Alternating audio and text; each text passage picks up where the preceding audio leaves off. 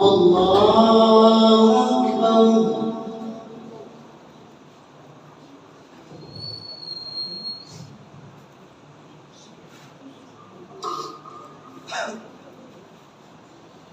الحمد لله رب العالمين الرحمن الرحيم مالك يوم الدين إياك نعبد وإياك نستعين اهدنا الصراط المستقيم صراط الذين أنعمت عليهم غير المغضوب عليهم ولا الضالين.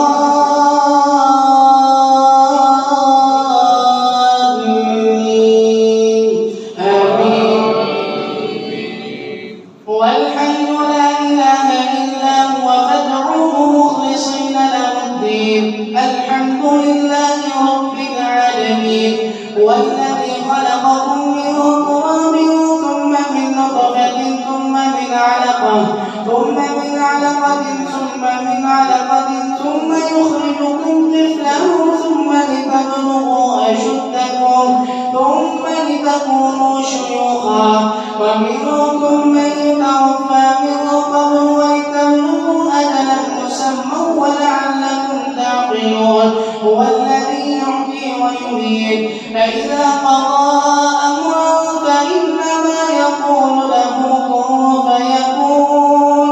ألم تر إلى الذين يجادلون في آيات الله أنى يصرفون الذين كذبوا بالكتاب وبما أرسلنا بهم رسلنا فسوف يعلمون إذ الأغلال في أعناقهم والسلاسل يسحبون في الحميم ثم في النار يسجرون ثم قيل لهم أين ما كنتم تشركون من دون الله قالوا ضلوا عنا بل لم نكن ندعو من قبل شيئا كذلك يضل الله الكافرين.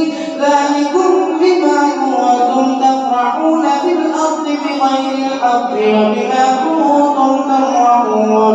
ادخلوا أبواب جهنم خالدين فيها فبئس مثوى المتكبرين. فاصبر إن وعد الله حق فإما نرينك بعض الذي نعدهم أو نتوفينك فإلينا يرجعون.